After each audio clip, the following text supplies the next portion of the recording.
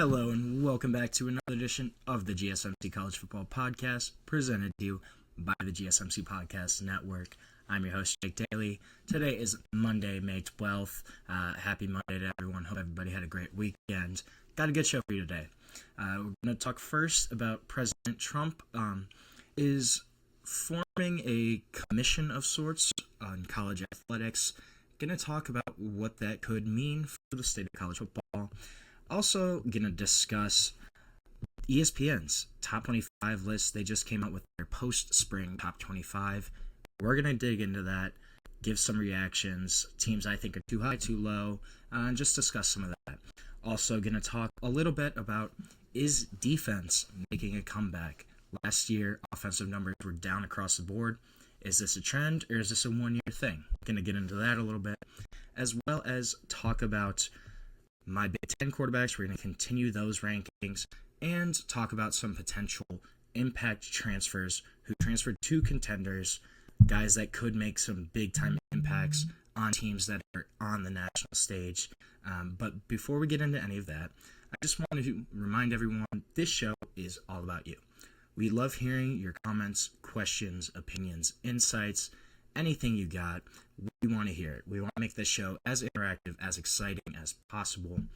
One easy way to do that is to use the Super Chat feature. To do that, you can click the $ at the bottom of the chat box, type in your message there, send that in. This guarantees that your message gets on the air and gets read. It's also just a great way to support our channel, support what we're doing here at GSMC. We couldn't do what we do without your ongoing support. We're so grateful to have y'all as a part of our community here. So, President Trump is reportedly discussing forming a commission of sorts about college football. And this has been something that he's, I guess, allegedly kind of been thinking about. And really, this kind of came to a stem last week. He gave the commencement at the University of Alabama during their graduation. He gave the speech and then had a meeting with Nick Saban after, where Saban, who obviously Saban's been outspoken for years now about kind of how big business has infiltrated college football, how it's kind of taken that over, how it's kind of taken away from what makes college football. This has been one of Nick Saban's huge talking points throughout his last couple of years at Alabama, and then especially you saw that when he was on College Game Day this year, and just being more present in the media. Nick Saban, not a fan of the way that college football is going, which I honestly think is part of the reason that he could have retired, just from the entire changing landscape. So after the commencement, Saban and Trump reportedly met. Saban kind of gave him his whole spiel about why he doesn't think this is good. Additionally, Senator Tommy Tuberville, who's a senator in Alabama, kind of crazy, former Auburn head football coach, he said that he talked with Trump as well about NIL compensation for college athletes Thursday. So this was reported first in the Wall Street Journal. They cited anonymous White House officials, and in their kind of report, they said that the president had instructed aides to begin studying what could be in an executive order, in a potential executive order about the state of college athletics. And what that might entail, what kind of coverage it might provide, that's still completely unknown, really unclear. And so Gabe Feldman, who's a sports law professor at Tulane, he was kind of quoted. He said, "The challenge with any ruling or order is that there are multiple levels that need to be addressed. This is not just an antitrust issue. It's also a labor and employment issue. It's also a Title IX issue. There's a lot of contract issues, a lot of publicity issues. There's a lot going on." That's kind of what he was saying. And additionally, a congressional aide told The Athletic this week that an executive order might not stabilize the college sports system. This kind of requires, the whole system, right, requires legal certainty, requires kind of a limited safe harbor from litigation, and legal protections and preempting of state NIL laws that can really only be addressed through congressional legislation. So this is something that we kind of do need at some point, some kind of federal legislation. Representative Michael Baumgartner, who's a freshman Republican congressman from Washington, he actually just introduced a bill last month, I want to say, to disband the NCAA completely and reshape conferences by geography. He told The Athletic last month he kind of hoped that the president would get involved in the issues of college athletics, because this is just something that we haven't really seen in terms of the NCAA and the issues on so many different levels, how this has kind of been changing throughout the past 5-10 years at the minimum. This has been a completely evolving landscape of college athletics, and the NCAA was actually formed out of Teddy Roosevelt's White House, which I didn't know. I learned that researching. But think about it right now. College sports, they're on a landmark, kind of the cusp of a landmark change. You have the NCAA major conferences. They're all awaiting final approval of the House settlement, right? We've heard about the House settlement. What's it going to do? What could potentially happen? This has been a constant news story, but for good reason, right? This settlement can change everything. It could change the entire landscape of the NCAA. If it's approved, if Claudia Wilkin finally approves the deal, there's going to be $2.8 billion in damages to former athletes and some current college athletes. And schools that are going to opt into that agreement, they're going to have to, they're going to be permitted to share up to $20.5 million of their revenue. This is something that's been occurring. College sports have really kind of been in a tumultuous landscape, right, for several years now.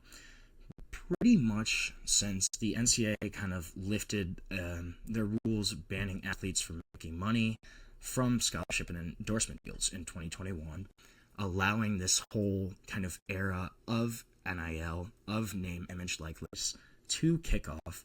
And I think where it started to where it is now, nobody could have really seen this coming, right? You start in 2021, you have guys, with car dealership sponsors or stuff like that, local food restaurants, kind of stuff in the community, stuff that's obviously not super lucrative, but little perks for athletes that just kind of go on top of that. Look at where we are now. Quarterbacks in the portal, they're making $3-4 million. You have defensive linemen making six figures easily. If they're a top tier guy, they could be making almost $1 million a year. So that is a far, far cry from where we started in 2021 with kind of the advent of this NIL era. Something has kind of needs to change at some point, right? So even if the House settlement goes through, even with that agreement, I think both the NCAA and the conferences, which they've already kind of acknowledged, they've kind of said that there is a need for a federal law to bolster this entire system. One sports attorney, Matt Winter, he kind of said that the biggest thing they're looking for right now is the antitrust exemption, because then they get that, and that allows them to put things in place like having a salary cap, right? When you look at what Texas is doing this year, having pretty much a $40 million roster compared to, you look at a MAC school or, a UTEP or a UTSA or somebody that's on that group of five level compared to Texas at $40 million a year. That's a big difference, right? So with getting around that antitrust exemption to have a salary cap, to potentially restrict third-party NIL kind of deals without potentially getting sued for antitrust violations down the line, that's going to be the biggest thing here. There's going to have to be some kind of federal legislation at some point. And then the transfer rules, too. Think about how much the transfer rules have changed in the past, even 3 years, 4 years. I mean, when I got to college in 2020, it was much different transfer-wise. And now, you have kids that are on their fourth school, their fifth school. That's easy, and that's something that has just kind of gone by the wayside. It's the one-time transfer rule, the sitting out. How do you kind of work around that? Do you put a new transfer rule in place to kind of limit the transfer portal, the movement, the player movement? Do you kind of put something in there to try to limit that? Not sure. But that's an antitrust issue as well. Every week, pretty much, there's a new lawsuit kind of related to eligibility rules. You look at Diego Pavia, Vanderbilt. He just sued basically for all of JUCO athletes this past year. This is something that's a current issue. It's recurring, though, too, in terms of transfer portal eligibility, when guys can go to different schools. All those rules have kind of been thrown by the wayside right now. And only really a bill passed by Congress could address those issues. There's been multiple kind of bills, drafts introduced, announced, floated by members of Congress on both sides of the aisle. And there have been a dozen public hearings since 2020, kind of all around what's going to happen with the NCAA, what's going to happen with the state of college athletics. It's completely different. The Power Four commissioners, again, visited Washington last month to lobby for some kind of legislation, but none of the bills have gone anywhere yet, right? So back to this commission that Yahoo Sports reported last Wednesday. They said that former Alabama head coach Nick Saban, as well as Texas Tech Board of Regents Chairman Cody Campbell. If you don't know who Cody Campbell is, go look him up for a second. That's a dude with a lot of money and a lot of influence in the Texas Tech program and kind of throughout that whole university system.